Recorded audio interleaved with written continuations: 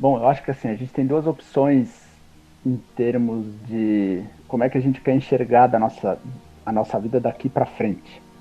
A gente pode seguir um caminho de tratar doenças, mas tenham em mente que toda vez que a gente opta por tratar doenças, o que a gente está fazendo é tratar as consequências. Para você ter saúde, não existe outra saída que não solucionar a causa. E para a gente solucionar a causa das doenças, isso não se faz com remédios, se faz com mudança do estilo de vida. Sejam bem-vindos ao episódio de hoje. Nesse episódio eu entrevisto o Dr. Rodrigo Bomeni, ele que é um endocrinologista formado na Faculdade de Medicina da USP, com especialização no Hospital das Clínicas. Ele é um super especialista em dieta low carb, em mudança de estilo de vida, faz um trabalho de coaching para auxiliar os seus pacientes a atingir os objetivos em relação a uma vida mais saudável e uma manutenção de uma vida mais saudável. Tudo isso foi motivado pela pergunta da paciente Juliana, que nos questionou a respeito da influência da dieta low carb em quem tem apenas um rim funcionando, se a dieta low carb teria um prejuízo ou teria uma proteção ao rim. Então, uma pergunta muito interessante que me fez a trazer aqui no nosso podcast esse especialista, e eu espero que o episódio de hoje traga bastante valor para vocês. É um episódio bem denso, muito rico, cheio de informações. Tá certo? Então, sem mais demoras, vamos à pergunta da Juliana, a música de introdução e então a nossa entrevista com o Dr. Rodrigo Bomeni. Oi, Dr. Giovanni. Meu nome é Juliana Camila e eu gostaria de saber se quem tem apenas um rim pode fazer uma dieta low carb. Obrigada.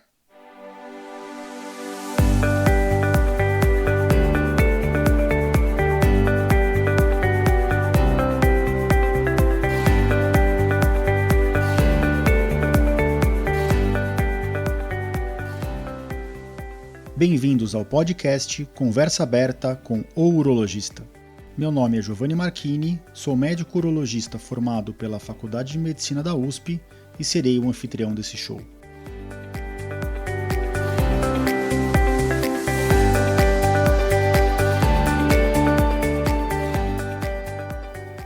Nesse podcast, queremos compartilhar conhecimento confiável e de qualidade sobre saúde. Com um formato único e inovador e sempre com o foco no paciente, nós vamos esclarecer as suas dúvidas, trazendo todos os ângulos das situações vivenciadas no dia a dia da urologia.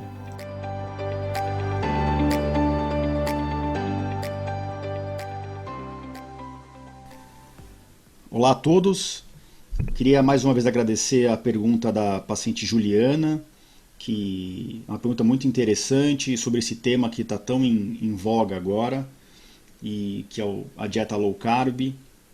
É um tema que até me intrigou alguns meses atrás, depois de uma conversa com um colega meu, e é esse colega que eu trago aqui no nosso podcast de hoje para trazer conhecimento para vocês. Como eu não sou especialista em low carb, isso é um tema de endocrinologista em geral, eu trouxe aqui o Dr. Rodrigo Bomeni. Rodrigo, bem-vindo. Olá, pessoal. Obrigado pelo convite novamente. Acho que é um tema de extrema relevância e é uma pergunta, de fato, muito comum, um receio muito comum que os pacientes têm antes de iniciar uma dieta low carb. Para quem não conhece o Rodrigo conheço ele desde a época da faculdade. O Rodrigo é formado pela Faculdade de Medicina da USP, ele fez graduação nessa faculdade, ele também se especializou no Hospital das Clínicas da USP em clínica médica e endocrinologia, e ele começou uma atuação forte na parte de obesidade, emagrecimento, e diante da dificuldade dos pacientes mudarem os seus hábitos, os comportamentos, ele fez algumas especializações em coaching, uma pela Associação Internacional de Coaching e outra pela Sociedade Nacional de Coaches em Saúde, mais focada inclusive em saúde. Ele também é um especialista em manejo de peso e emagrecimento pelo Conselho Americano de Exercício. E são só títulos que eu trouxe de propósito aqui para dizer para vocês que a gente não está falando com uma pessoa que começou ontem, é um médico jovem, colega meu, mas que tem muita bagagem.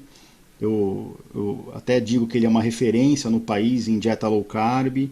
Ele é um dos sócios fundadores da Associação Brasileira de Low Carb e, até eu sigo ele nas mídias sociais. Eu acho que ele tem uma abordagem bem interessante, focada na mudança de hábitos, na mudança de comportamentos e para que permita que o paciente entre num processo de melhoria da sua saúde, não só focado no peso em si.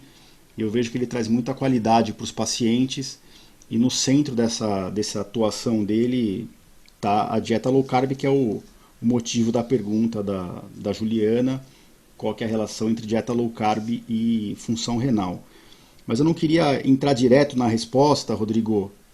Eu queria, antes de você responder essa pergunta, vamos dar um pouquinho de contexto, né, para quem está ouvindo, para quem tem essa curiosidade, para quem também não é especialista. Explica para a gente, eu sei que você está acostumado a desenhar para os seus pacientes, nos seus vídeos, nos seus posts, e no seu próprio consultório, mas explica para a gente o que é uma dieta low carb, como que surgiu essa ideia, se é uma ideia nova, se é uma ideia antiga, e o que te motivou a ser um grande defensor dessa dieta, né? Se existem tantas dietas no mercado que são consideradas até dietas estabelecidas, e eu sei que você é uma pessoa muito estudiosa, então o que te encantou nessa dieta? O que é uma dieta low carb? Explica para quem está ouvindo, por favor. Claro, claro. O primeiro ponto, assim, dieta low carb não é uma dieta recente, digamos assim. Então, não é uma ideia que surgiu nos últimos anos.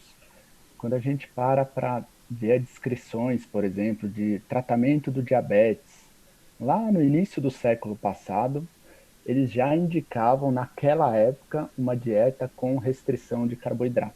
Tá? Então, utilizava-se muito a restrição de carboidrato como uma medida terapêutica e que na prática eu vou falar mais adiante, é extremamente eficaz para o tratamento do diabetes, tanto o diabetes tipo 2 como para o diabetes tipo 1. Talvez a maior parte das pessoas que estão nos escutando aqui já talvez não saibam o que é uma dieta low carb propriamente dita, mas já ouviram alguma vez sobre a dieta Atkins.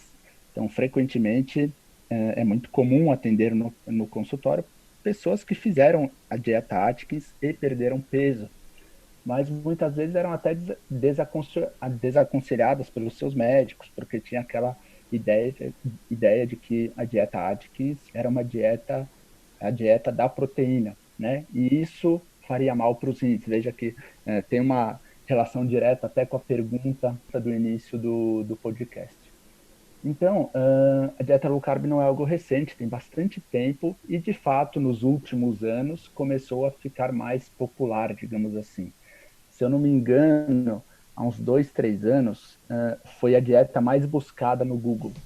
Né? Então, veja que interessante, as pessoas, de fato, buscam por essa dieta. E teve um artigo recente que saiu, uma pesquisa com médicos e profissionais de saúde dos Estados Unidos, e os médicos, e a pergunta era, o que você faz quando você quer emagrecer? E aí os médicos, a maior parte dos médicos relatavam que faziam dieta low carb. Então, assim, é uma dieta que é bastante utilizada e, hoje em dia, tem muita evidência científica.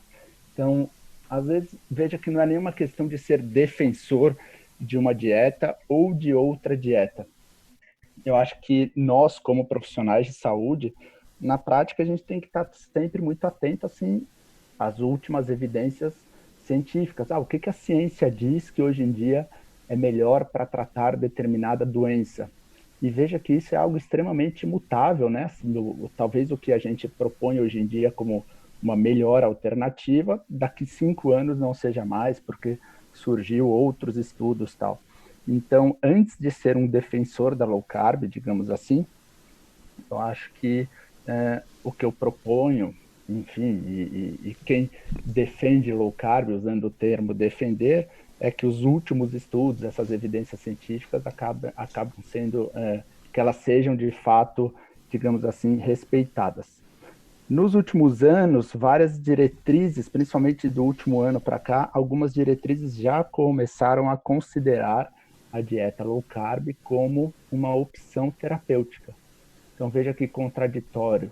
A gente tem inúmeras evidências dos últimos 20 anos de que a dieta low carb ela é eficaz para o tratamento de diversas doenças, isso inclui obesidade, diabetes e todas as outras doenças associadas à resistência à insulina, como gordura no fígado, pressão alta, hipertrigliceridemia, mas nas diretrizes ela passou a ser recomendada somente nos últimos anos.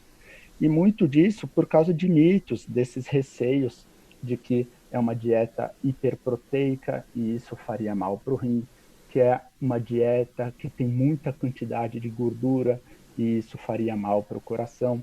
Então, boa parte do medo que as pessoas têm de uma dieta low carb, do ponto de vista científico, é um medo sem fundamento.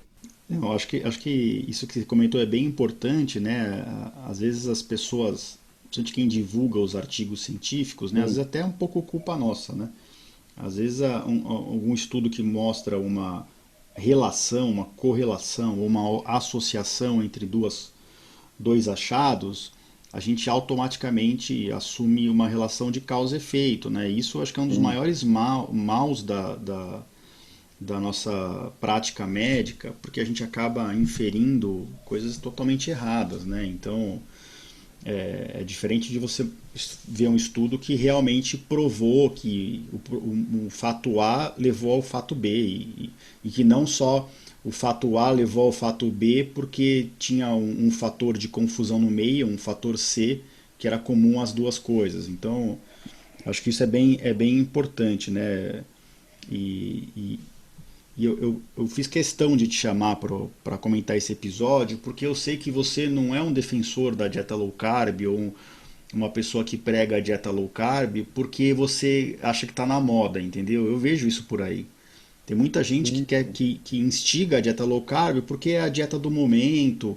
E eu sei que daqui a 2 anos essa pessoa vai mudar a cabeça dela porque a moda mudou. E eu sei que você é diferente, a gente é muito parecido nisso. Eu acho que você é um defensor da medicina baseada em evidência boa, né? Então, você comentou esses estudos que estão sendo incorporados agora nos guidelines, nas linhas de tratamento, e é importante a gente entender que esses estudos que estão sendo incorporados, eles são estudos mais bem feitos. Então, um certo número de pacientes recebeu a dieta low carb, outro certo número de pacientes recebeu a dieta com mais carboidrato, e outro paciente recebeu a dieta com mais gordura ou menos proteína. E aí se avaliou, depois de um certo tempo, padronizado, qual dieta tinha mais benefícios em termos de peso, de alteração metabólica, nos exames de sangue e nas variáveis clínicas analisadas, e aí isso sim prova que uma dieta pode ser melhor que a outra.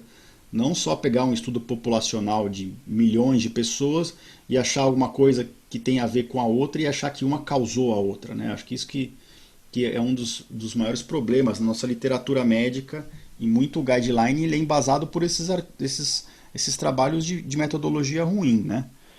Sim, e no campo da nutrição, isso é muito comum, porque na prática é muito difícil você conseguir fazer um estudo randomizado, controlado, ou seja, que você começa o estudo hoje e vai avaliar daqui a um ano, comparando duas dietas, porque é muito difícil que a gente mantenha esse grupo fazendo a mesma dieta. Então, muitos dos estudos relacionados à nutrição são feitos através de questionários alimentares. E aí veja que a base de dados acaba já sendo muito ruim. Então imagina se você pega para responder um estudo hoje, com quase 150 questões, querendo saber quantos gramas de carne você consumiu por semana no último ano. Quantos copos de água você bebeu por semana no último ano? Veja, assim, são perguntas que são extremamente difíceis da gente precisar. Eu não consigo lembrar o que eu comi de fato ontem, né? Nem na semana Imagina como é que eu. passada, né? Exato, imagina como é que eu consigo estimar o que, que eu comi um ano. Então, a base de dados por si só já é muito ruim, muito ruim. Então, qualquer conclusão que você tire de uma base de dados ruim, não dá para considerar, né? Você já deveria pelo menos levantar uma série de dúvidas em relação ao resultado. Mas o grande problema desses estudos epidemiológicos, como você bem disse, é que uma associação não implica em causa e efeito, né? Então, veja, por exemplo, você pode, algo muito comum, por exemplo, associação de consumo de carne com câncer, né? Isso é algo que geralmente vários estudos demonstram. Mas aí você vai ver, essa pessoa que come mais carne também morre mais de acidente automobilístico. Veja, não tem absolutamente nada a ver, né? Comer carne com um acidente automobilístico. Mas por quê? Porque provavelmente essas pessoas que comem mais carne, elas têm um padrão de comportamento diferente de uma pessoa que não come carne. Você não concorda que, por exemplo, veganos têm um padrão de comportamento diferente do restante da população? E não estou falando se é um padrão melhor ou pior, mas é um padrão diferente. Talvez sejam pessoas que, por si só, já se preocupam mais com a saúde, que vão mais vezes ao médico, talvez usem mais cinto de segurança, talvez respeitem o limite de velocidade, entende? Então, às vezes, o estilo alimentar da pessoa simplesmente reflete uma associação com o padrão de comportamento dela. Ainda mais porque, veja que uma pessoa que consome mais carne ou uma pessoa que consumia mais gordura de origem animal, principalmente nas décadas passadas, eram pessoas que estavam indo contra o que era preconizado pelas diretrizes. Ou seja, será que o desfecho dela é pelo fato de comer mais gordura, digamos assim, ou é só um marcador de que ela tem outros comportamentos? Então, esses estudos associativos, eles são muito ruins, porque eles não conseguem estabelecer causa e efeito. A única forma de a gente estabelecer causa e efeito é com esses estudos randomizados, que a gente separa dois grupos, para um grupo a gente faz uma intervenção, para o outro grupo a gente faz a intervenção B, e depois compara o resultado. E isso, a gente já tem estudos com dieta, comparando uma dieta com menos carboidrato versus uma dieta com menos gordura, demonstrando vários benefícios a favor de uma dieta com menos carboidrato. É claro que quando a gente compara no longo prazo, então veja, com 1 ano, 2 anos, o resultado das duas dietas são muito parecidos, se não iguais. Mas aí veja, não é porque as duas dietas são iguais, é simplesmente porque as pessoas param de seguir as dietas.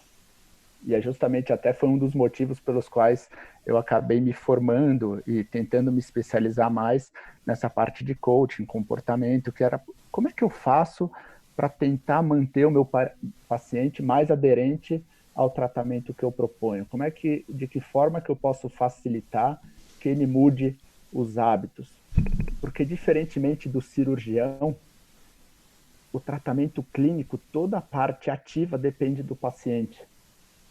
Né? O cirurgião, tudo bem, tem uma parte que depende do paciente, tem uma parte que depende do cirurgião. A cirurgia é um processo ativo praticamente só do cirurgião. Quando a gente fala de um tratamento clínico de doenças crônicas, embora seja uma parceria, o processo ativo de desempenhar a ação, a mudança, a consistência do tratamento depende muito do paciente. E aí a importância dessa questão do comportamento. Mas sabe uma coisa que eu acho interessante também, Giovanni, assim, é a gente tirar a nomenclatura, sabe? Então, imagina se alguém chega para você e fala assim, Giovanni, resolvi fazer uma mudança do meu estilo alimentar. E aí você fala, puxa, que legal, o que você está fazendo? E aí a pessoa fala, olha, eu optei por não mais comer produtos ultraprocessados, como farináceas, bolachas e doces, como base da minha alimentação. E eu estou priorizando comer vegetais, saladas, legumes, carnes, peixes, frango, castanhas, um pouco de queijo, como algumas frutas. Qual que seria a impressão que a pessoa ia ter? A pessoa ia falar, puxa vida, parabéns. Tá Não saudável, né? tenho, exato, não tenho dúvida que a sua dieta é saudável. Mas quando é mencionada a palavra low carb, eu acho que até por uma questão de preconceito, já vem tudo aquilo de que não pode restringir carboidrato, é uma dieta com muita gordura, isso vai fazer mal, é uma dieta com muita proteína, e isso vai prejudicar os rins.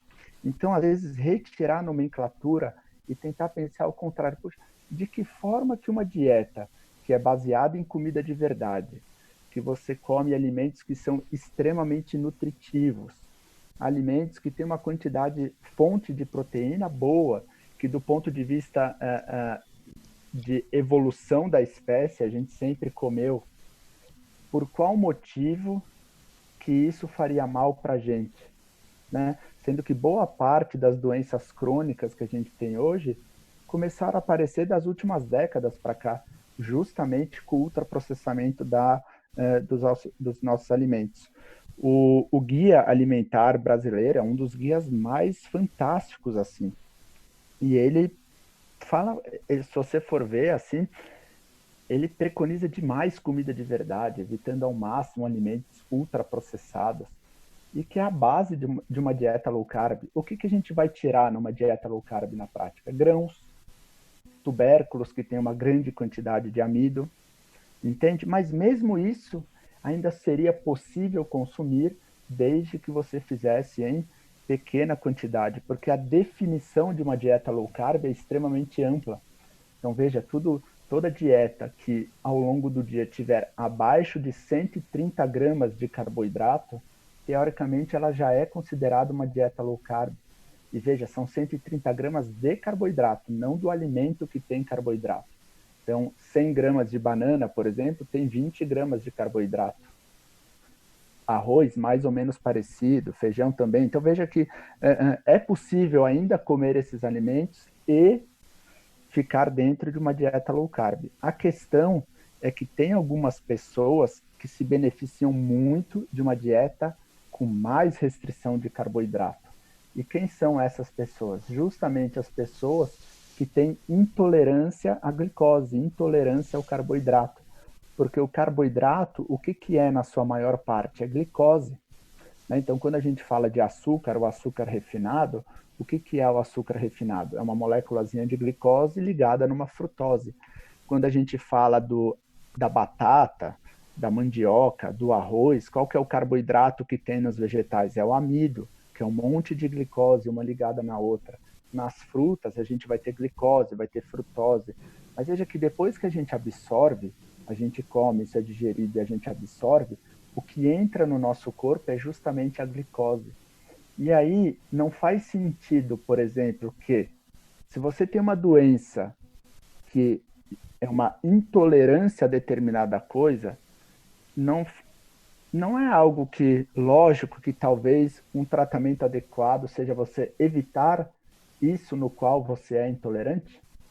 Claro. Porque veja que o tratamento do diabetes tipo 2, no início, a gente fazia restrição de carboidrato, por quê? Porque é uma doença conhecida pela intolerância à glicose. Veja que um dos exames diagnósticos para o diabético tipo 2 é teste de tolerância oral à glicose. O que se faz nesse teste? A pessoa toma 75 gramas, né, de glicose, e aí se a glicemia aumentar acima de determinado valor, você define aquela pessoa como intolerante à glicose. Então não faz sentido que para essa pessoa que é intolerante à glicose, você restrinja a glicose, ou seja, o carboidrato, faz muito sentido. E na prática é isso que era feito até boa parte do século passado. Só que com o início o surgimento dos medicamentos, digamos assim, a gente passou a negligenciar a dieta. A gente passou a partir do princípio que quem tem diabetes, que é uma doença caracterizada por intolerância à glicose, deve ter a mesma dieta que uma pessoa que não tem intolerância à glicose. E isso não faz o menor sentido, entende? Não faz o menor sentido por quê? Porque você está perpetuando a doença. Você está tornando aquela pessoa dependente de medicamentos. A cada ano aquela pessoa vai ter que usar novos medicamentos. E mais do que isso, você não está resolvendo a principal causa, que é justamente a resistência à insulina. Por que essa pessoa se torna resistente ou intolerante à glicose? Porque a insulina, que é o hormônio responsável por pegar esse açúcar, a glicose que está no sangue, e colocar para dentro da célula, ela não funciona mais, ela está resistente. O seu corpo até produz, então veja que no início do diabetes tipo 2, logo ao diagnóstico, o corpo ainda produz muita insulina. Esses pacientes geralmente têm mais insulina do que deveria. Mas por que a glicose está alta? Porque existe uma resistência à insulina. E a gente sabe que a resistência à insulina provavelmente é a origem de muitas doenças que a gente trata hoje, é a causa de muitas doenças. O que vai mudar é a forma que as consequências vão aparecer. Então, se a glicose aumenta no sangue, a gente vai falar que essa pessoa tem diabetes tipo 2. Se aparecer uma gordura no fígado, a gente vai falar que essa pessoa tem esteatose hepática. Veja, é isso que a medicina faz. A medicina identifica padrões e cria um diagnóstico, e a partir daquilo cria um tratamento. Então, aumentou a glicose, é diabetes tipo 2. Apareceu gordura, a gente dá o nome de esteatose hepática. Se aumentar a pressão arterial, a gente fala que é hipertensão arterial sistêmica. Se o triglicérides aumentar, a gente vai falar que é hipertrigliceridemia. Se a pessoa tiver uma dor no peito e faltar sangue no coração, aí é um infarto agudo do miocárdio. Se faltar sangue no cérebro, acidente vascular cerebral isquêmico. Se a pessoa começar a ficar esquecida aos 70 anos, a gente vai dar o nome de doença de Alzheimer.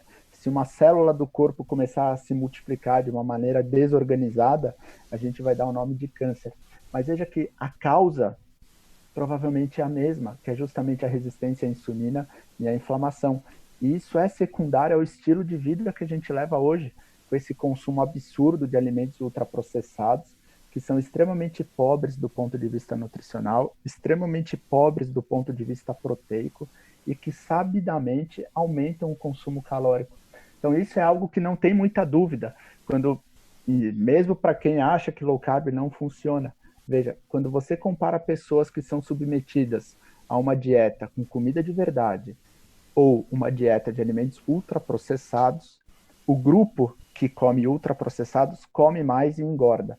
E o grupo que come comida de verdade come menos e emagrece. Por quê? Porque a gente não é uma calculadora. Na prática, a qualidade do que a gente come determina a quantidade.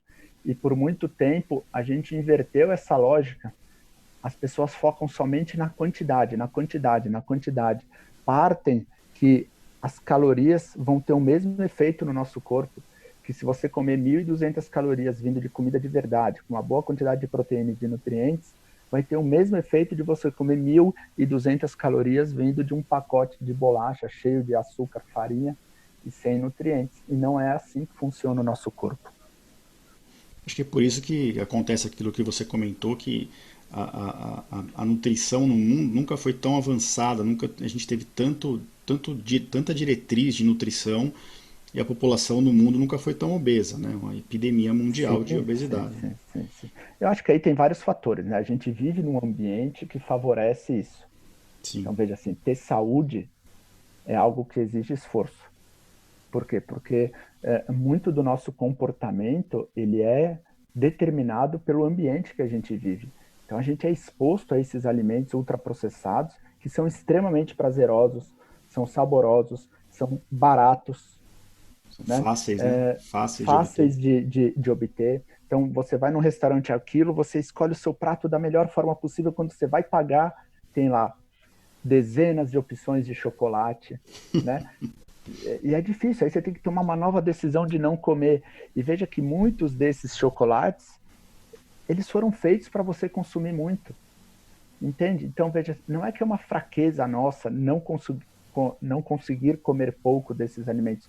Eles foram feitos para que a gente consuma muito, não é maldade da indústria, não assim, a indústria, ela quer vender, ela quer gerar algo que seja prazeroso para a gente. Quanto tempo leva para um chocolate desse entrar no mercado?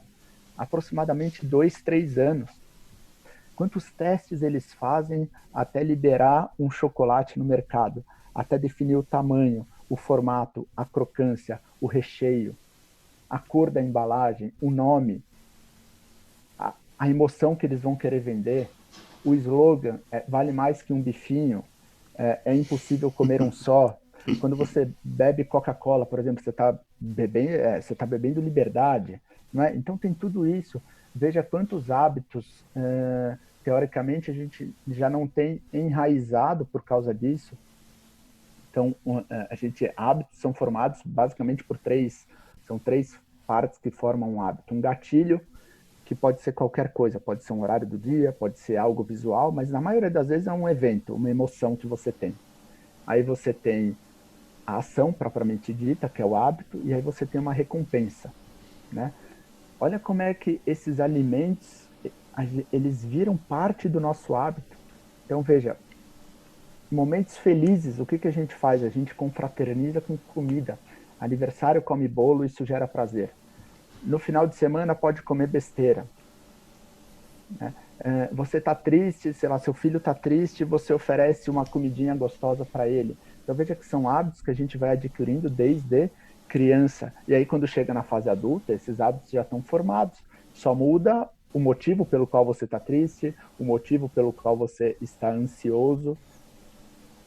O motivo da emoção muda, mas o gatilho que é comer esses alimentos gostosos que te trazem um prazer, uma recompensa, continua o mesmo. Então, muito também tem relação com essa parte comportamental de hábitos. Mas eu li um livro recentemente muito interessante que chama Por que Comemos Tanto?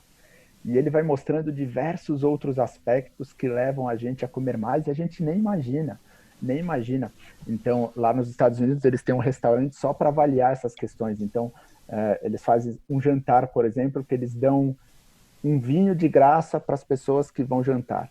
E aí eles simplesmente mudam o nome do vinho, por exemplo. Para um grupo, eles dão um vinho que tem um nome super chique, e para um outro, um vinho que tem um nome que não é tão agradável, assim, ou de uma região que não é tão famosa em termos de vinho. Mas o vinho é o mesmo. O que tem dentro da garrafa é a mesma coisa, só muda o nome do vinho. E as pessoas que bebem um vinho tendo aquilo como uma relíquia, assim, uma coisa muito boa, comem no jantar quase 20, 30% a mais, permanecem no restaurante mais tempo. Tamanho das porções, número de tempo que a gente fica na mesa, número de pessoas que comem com a gente.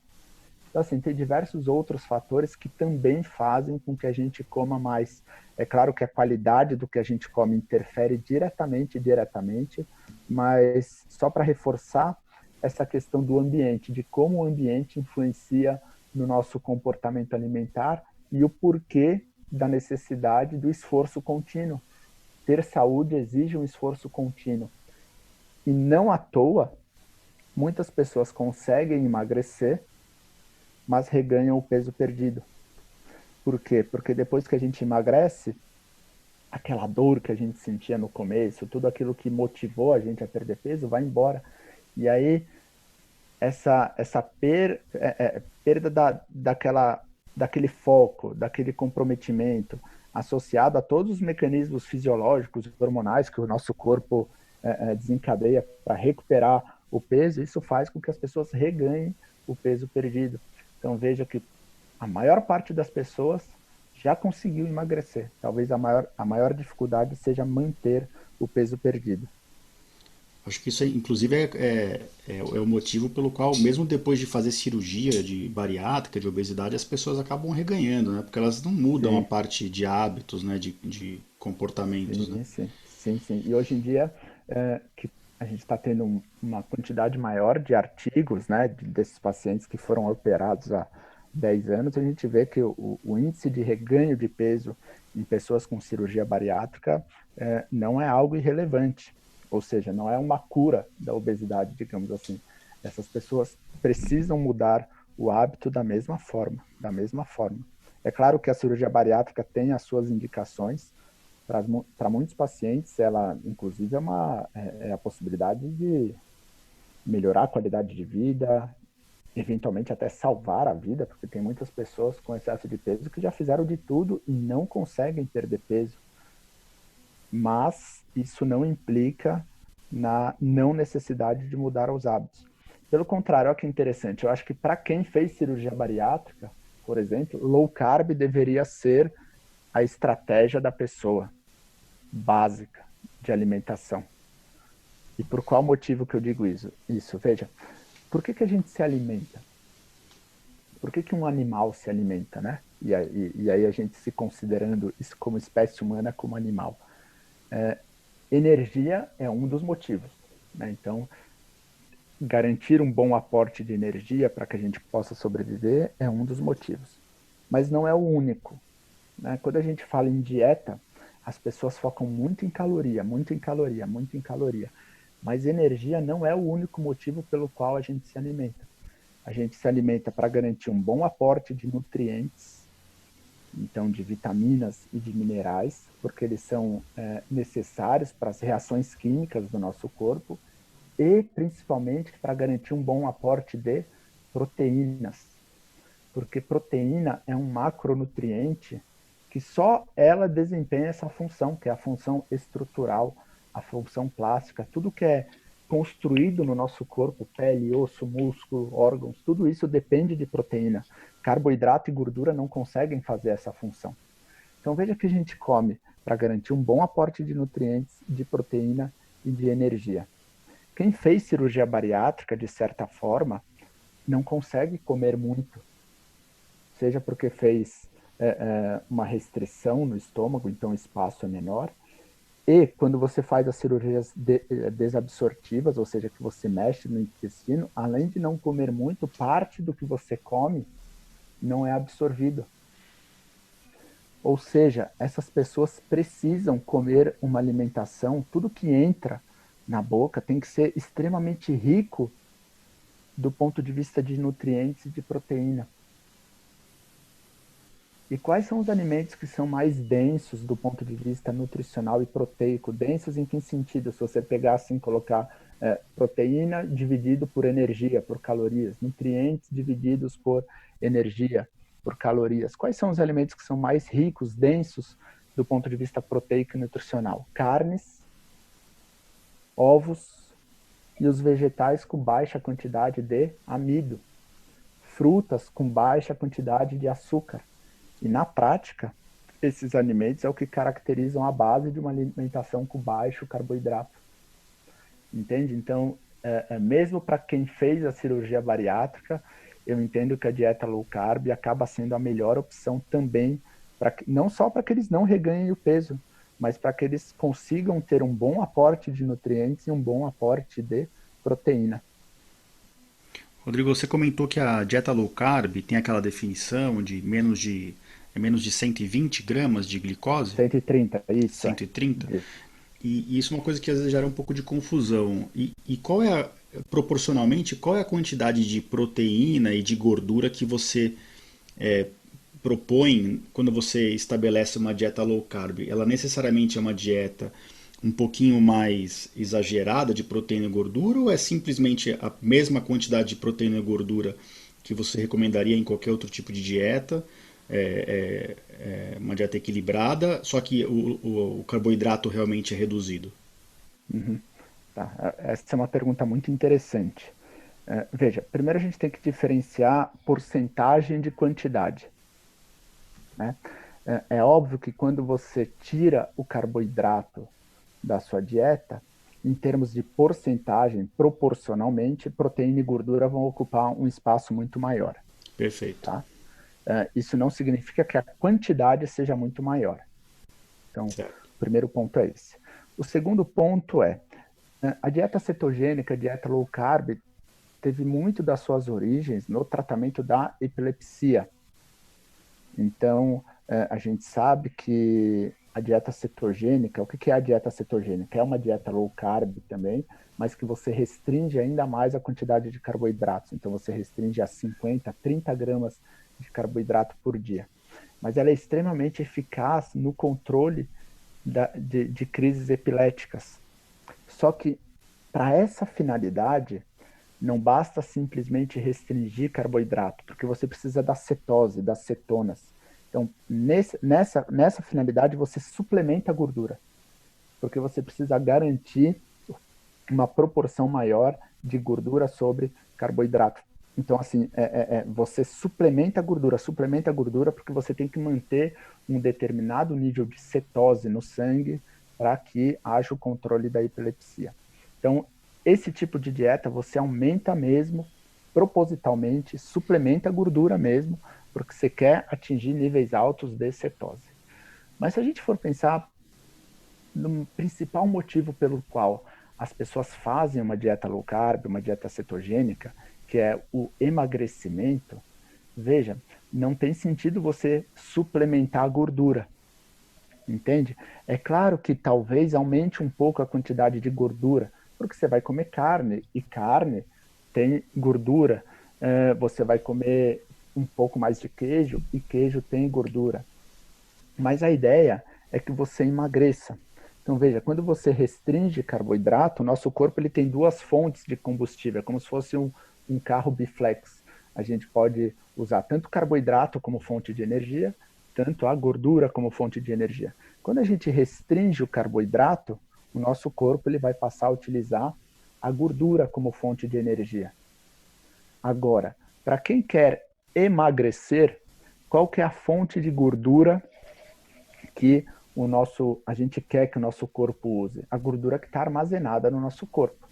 Então veja que não faz sentido suplementar a gordura, ou seja, essas pessoas começam a colocar grande quantidade de manteiga, de azeite, que faz questão de comer todas as bordas de gordura da picanha, que come uma quantidade de queijo exagerada, que come mãos e mãos de castanha. Veja, se você consumir muita gordura, seu corpo vai continuar usando gordura como fonte de energia, mas não a gordura que está armazenada. E esse é um dos principais erros de quem começa a fazer uma dieta low carb sem o aconselhamento nutricional. É exagerar no consumo de gordura. Eu não estou nem falando que isso vai trazer prejuízo para a saúde, tá bom? Veja que são gorduras naturais, de fontes naturais de alimento, de comida de verdade, mas isso vai diminuir a velocidade de perda de peso e dependendo da quantidade, você pode até ganhar peso.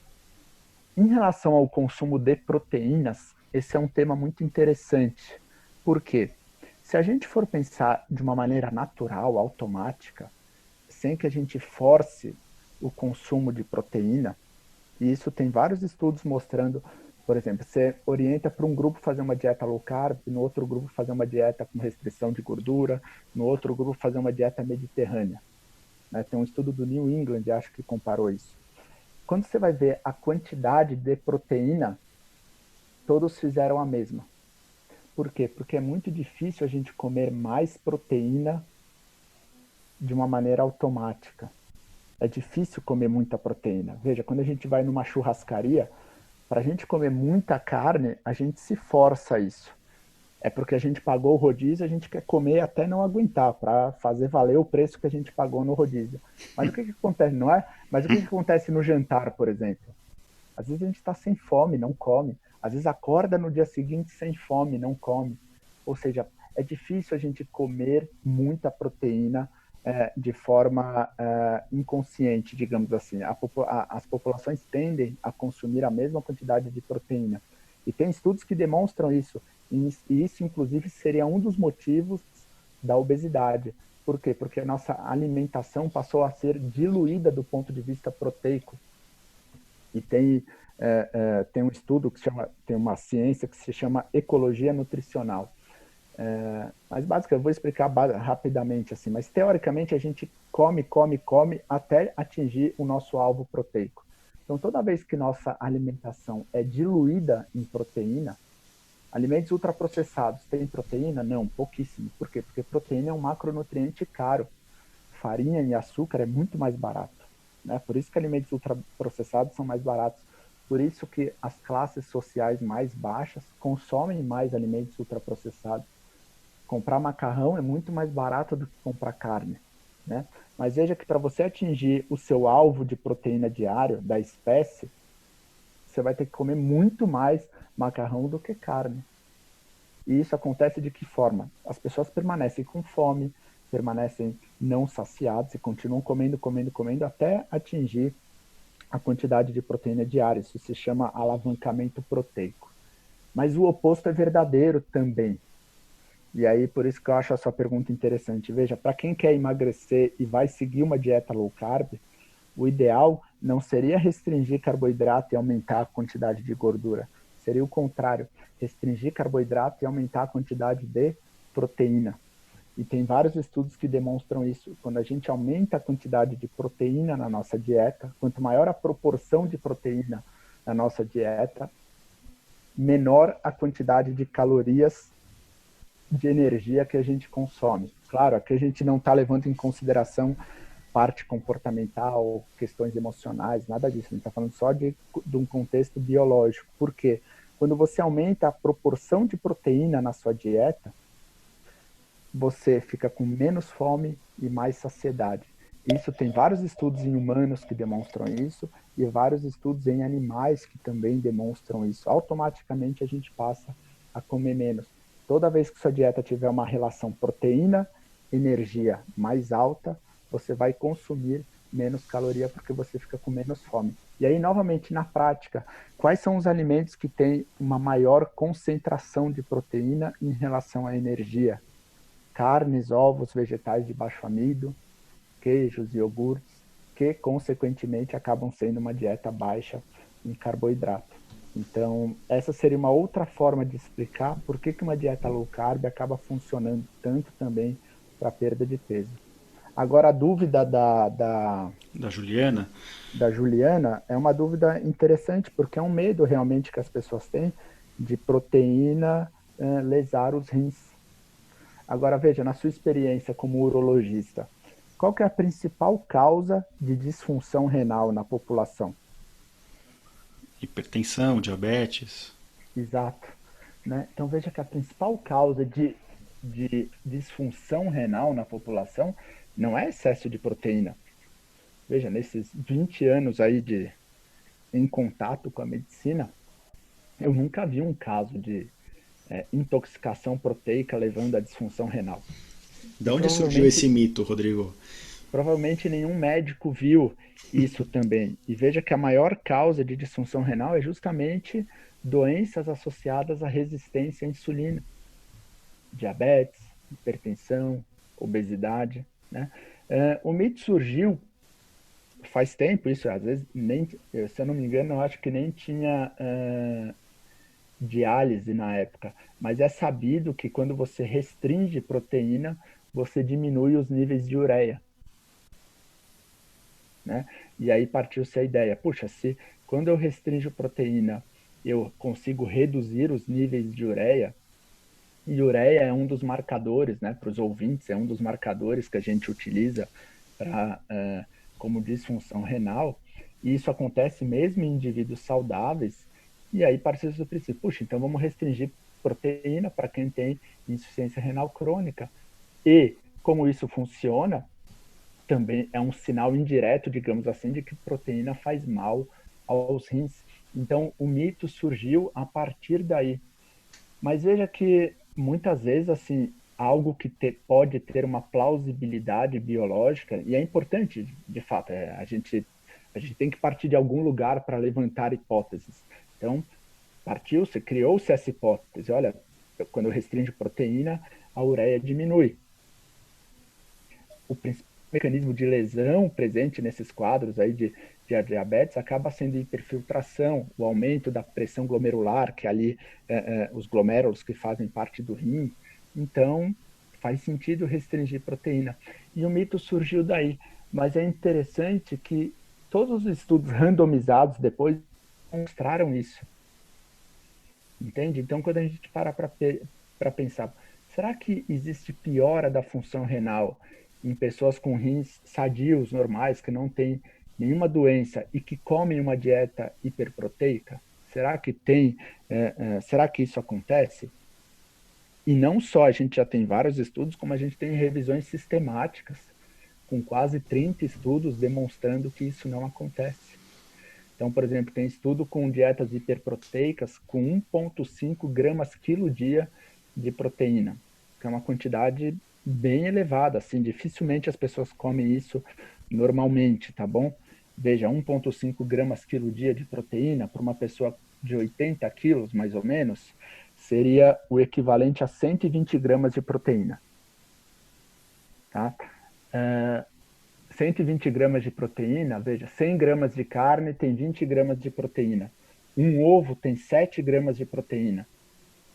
Então a gente está falando de alguém que come 300 gramas de carne no almoço, 300 gramas de carne no jantar. Quem que na prática faz isso?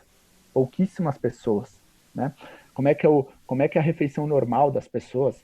É pão com Toddy e uma fruta de manhã, aí come uma barrinha de Nutri de lanchinho na manhã, aí chega na hora do almoço, come um pratão com arroz, feijão, suco de laranja, um pouco de salada e um filezinho de frango que deve ter ali no máximo 80 gramas, come um pedaço de bolo à tarde com café e à noite faz um lanche. Ou seja, a dieta da população ela é hipoproteica. Ela é extremamente hipoproteica. 1,5 é algo difícil de se atingir, mas né, fizeram isso e demonstraram que não tinha prejuízo renal. Mas tem dietas com muito mais, por exemplo, tem dietas com 4,4 gramas quilo dia, ou seja, 3 vezes mais do que isso daí, demonstrando que também não tem prejuízo da função renal. Mas o mais interessante é o quê? Porque tem um estudo com pacientes com insuficiência renal crônica, né? E para um grupo eles deram uma dieta low fat, para o outro grupo eles deram uma dieta low carb. E eles foram avaliar basicamente duas coisas assim, evolução da função renal e morte. Quem é que morre mais? Porque no fim, toda vez que a gente busca um tratamento, é isso que a gente quer. A gente quer que as pessoas tenham qualidade de vida e que elas morram menos, com qualidade de vida, claro, né? E o estudo demonstrou justamente isso. Quem faz uma dieta low carb morre menos, mesmo com disfunção renal. É claro que essa pessoa que tem uma disfunção renal, talvez ela não vá comer 1,5 gramas quilo dia de proteína, né? Dê para fazer um pouco menos, mas está longe de ser uma dieta hipoproteica, com 0,6 gramas quilo dia, como a gente vê em algumas situações, ou restringindo o consumo de carnes, como a gente ainda vê algumas pessoas fazerem com diabetes. Veja, quem tem diabetes tipo 2, hipertensão e vai à disfunção renal, o que está prejudicando o rim é justamente a glicose, é a resistência à insulina. Não faz sentido você mandar o paciente continuar comendo pão e restringir a carne dele. Talvez não dê para esse paciente comer 2 gramas quilo dia de proteína, mas dá para ele ter uma alimentação normoproteica, pelo menos. Não existe evidência científica demonstrando que uma dieta hipoproteica traga benefício, pelo contrário, talvez ela traga até malefício. Mas para a Juliana, que tem rim único, veja, não tem problema nenhum a dieta low carb para você, pelo contrário, você tem que cuidar ainda mais para que você não desenvolva doenças que sobrecarreguem os seus rins, ou seja, que você não ganhe peso, não desenvolva resistência à insulina, hipertensão, diabetes, obesidade, porque são justamente essas doenças que vão prejudicar os seus rins. E se uma dieta low carb ela é extremamente eficaz para perda de peso, para quem quer manter o peso, para quem quer ter saúde, ela acaba sendo muito boa também. Veja, é uma dieta saudável. Esqueçam a nomenclatura. Às vezes a gente fica muito preso à nomenclatura, mas pense assim, que mal teria para o seu rim se você tivesse como base da alimentação comida de verdade, com vegetais de baixo amido, carnes, ovos, frutas menos doces, entende? Rodrigo, eu acho que tem os dois fatores, né? Eu acho que ao longo das últimas décadas, primeiro a proteína foi crucificada e depois a gordura também, né? Não vou nem entrar nessa Uhum. discussão porque daria outro episódio aqui de falar de colesterol, essas coisas, mas acho que essas duas fontes de alimentos foram tão crucificadas que você pedir para manter elas num nível normal ou até um pouquinho aumentado de proteína, independente da situação do paciente, e baixar carboidrato, e o carboidrato a gente foi socialmente treinado a, olha, quer passar o dia bem, tem que tomar um copo de Nescau, de Toddy de manhã. Então acho que isso está tão enraizado porque, que na população que a gente tem que sempre ficar relembrando e como médicos e de preferência vocês que estão à frente dos estudos e que são pessoas formadoras de opinião, vocês não podem desistir de tentar incorporar nas diretrizes os estudos que realmente foram bem feitos e que não tem influência da indústria, influência da mídia, influência das modas, as dietas que realmente vão fazer bem para os pacientes. Então, eu acho que tá claramente respondido para a Juliana que, independente dela ser rim único ou não, ela tendo um rim só, que a dieta low carb é uma dieta benéfica para ela, por ser uma dieta saudável e que não vai sobrecarregar o rim dela com glicose, mesmo que ela tenha um certo grau, ela não especificou se ela tem ou não insuficiência renal. É lógico que se tiver algum grau de disfunção renal, que nem você bem explicou, é bom também não ultrapassar muito os limites da proteína, acho que isso tem que ser bem discutido com o médico Sim, dela. sim, sim, com certeza. Mas e a pergunta dela mostra o quão enraizado está esse medo na dieta low carb, porque na cabeça das pessoas é aquela pergunta que eu te fiz. O fato de eu diminuir carboidrato, eu vou necessariamente ter que exagerar aqui, entre aspas, em proteína e gordura? E você já deixou bem claro que não. Você está mudando a fonte da energia para uma fonte mais óbvia, que na nossa cabeça não é óbvia, mas do jeito que você explicou fica bem claro os benefícios. E a gente tem que ir desmistificando isso, né? E isso é lógico que não vale só para isso. A gente poderia fazer outros episódios depois sobre consumo de sódio e hipertensão, colesterol, risco cardiovascular, que também está tão em discussão na literatura e os artigos mais bem feitos e mais recentes até estão mudando esses paradigmas também, mas eu acho que vocês têm que continuar nessa batalha de explicar para as pessoas o que é uma dieta saudável e lógica do ponto de vista do ser humano e dessa questão da aderência, né? Isso é uma coisa que eu vejo no meu dia a dia aqui no consultório, porque eu trato pacientes que têm hipertensão, diabetes, e a maior parte dos doentes com cálculo renal que a gente trata são cálculos renais de origem claramente metabólica, né? A pessoa forma pedra de repetição porque ela tem uma predisposição, às vezes genética, mas muitas vezes é Uhum. pela forma de se alimentar. E você falou, às vezes a gente opera, resolve, e para cálculo é bem diferente, né? Você opera, resolve, mas se você não engajar a pessoa no tratamento clínico e não fazer retornos recorrentes a cada 3 meses ou 6 meses, é 80% de chance de recidiva em 5 anos. Você pode marcar a cirurgia dela daqui a 2 anos já, 3 anos, porque vai reoperar. Uau, E, enorme. então, e a gente tem essa mesma dificuldade que vocês têm. E a gente tenta, inclusive, encaminhar para vocês, os pacientes, porque a gente vê que a mudança, que a gente fala, mudança do estilo de vida, parece uma coisa de outro mundo, né? Mas basicamente é a adesão aos hábitos saudáveis, que é o que você preconiza na sua rotina do consultório, né?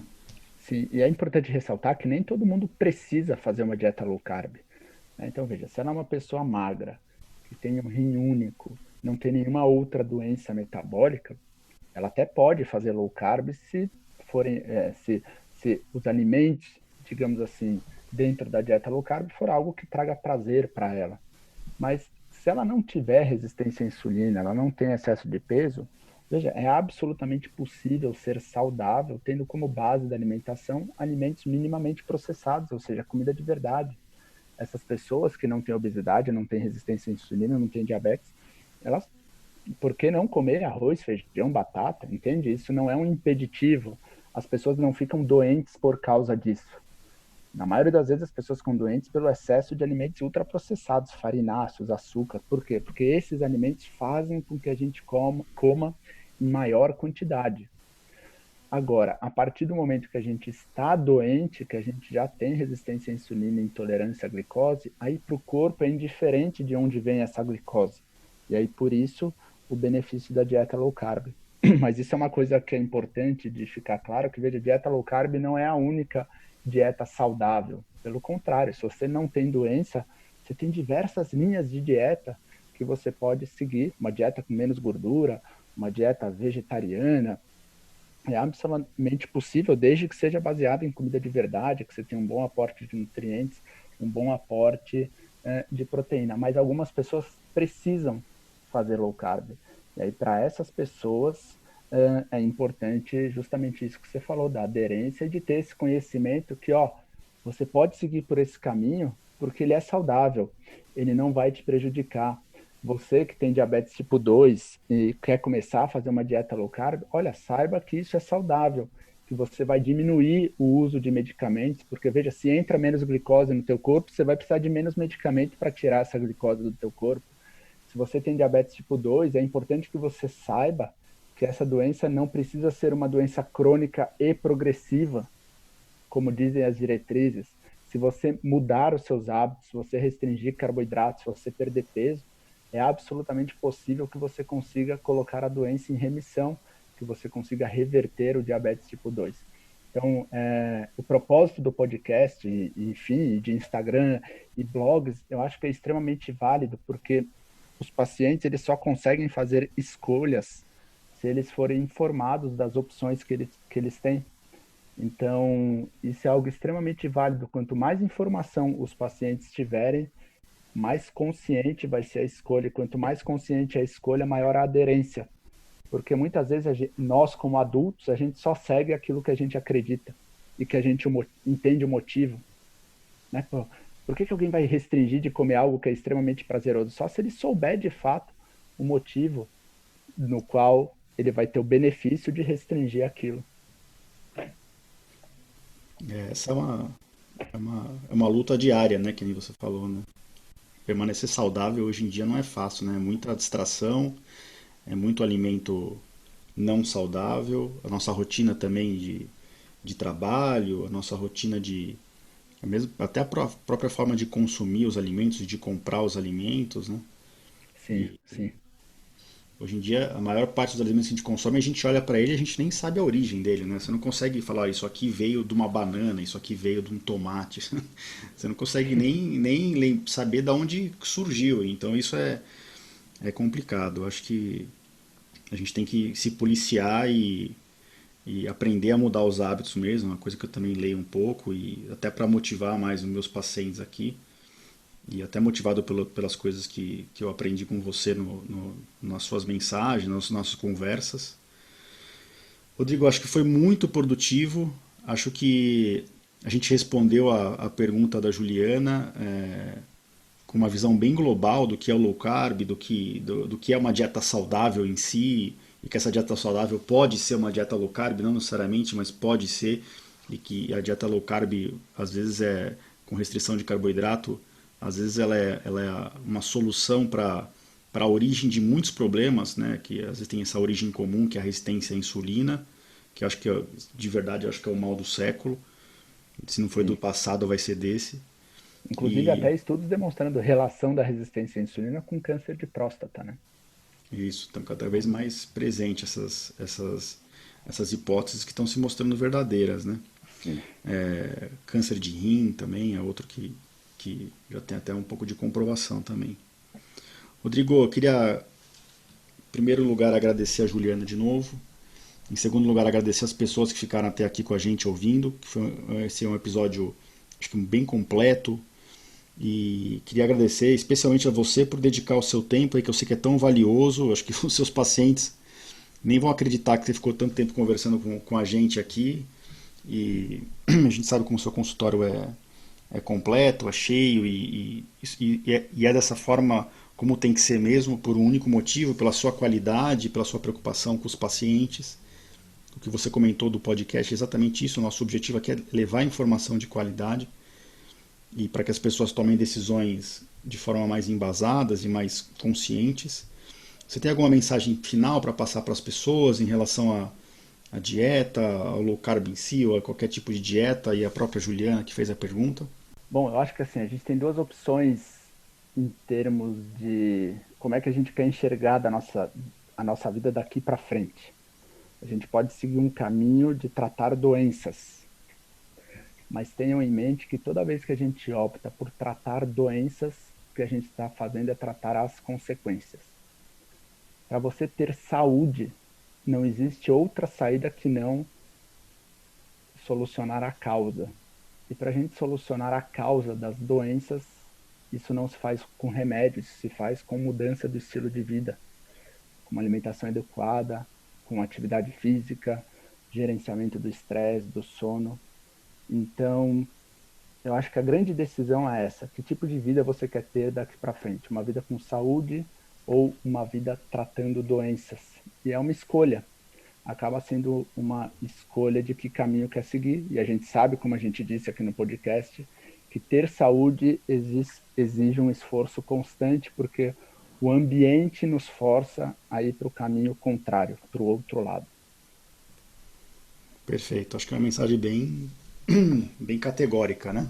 Acho que não ficam muitas dúvidas, mas não é a gente que tem que entrar nas portas, né? A gente mostra as portas e cada um, a gente abre as portas e cada um decide por onde tem que entrar, né? Sim. Eu sempre falo isso para os meus pacientes. Às vezes tem um caminho mais longo, mais recompensador, às vezes tem um caminho mais curto, que parece uma solução fácil e no final, lá na frente, é só complicação.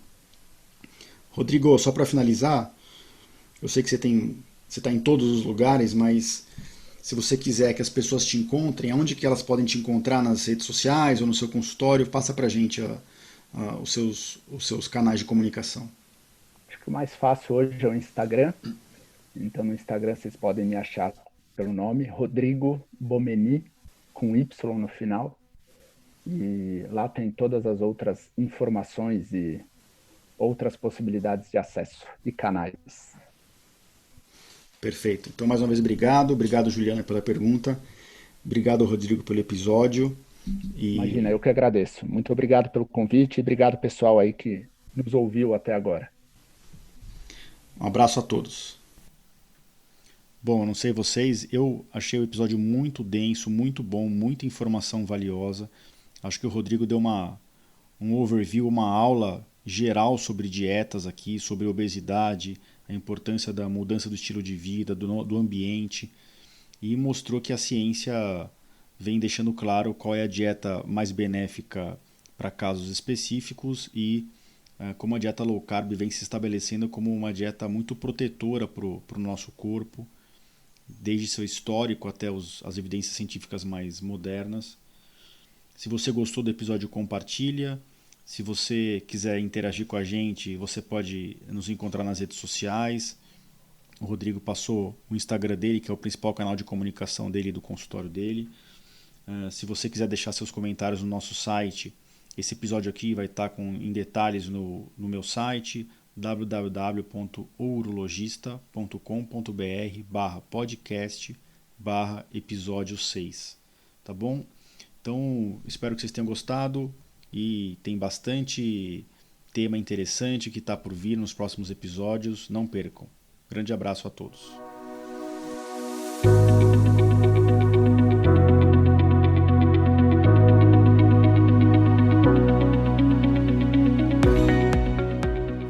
Você ouviu a mais um episódio do podcast Conversa Aberta com o Urologista. Mais uma vez, obrigado e até o próximo.